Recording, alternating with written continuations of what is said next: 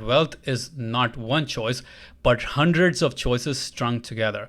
Wealth is built as a result of a lot of hard work done over time, decisions executed again and again, consistently again and again and again.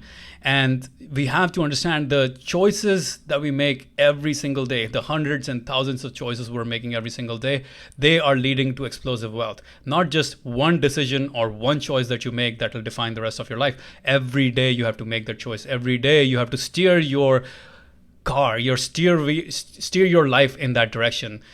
Think about it. If you're driving a car, if you just set it off by 1 degree in either direction towards, if you just set off your steering wheel by 1 degree in left or right, you could be headed for the middle partition or the concrete wall or the other side of the freeway, or you could be headed for the exit instead of just staying on the fast lane.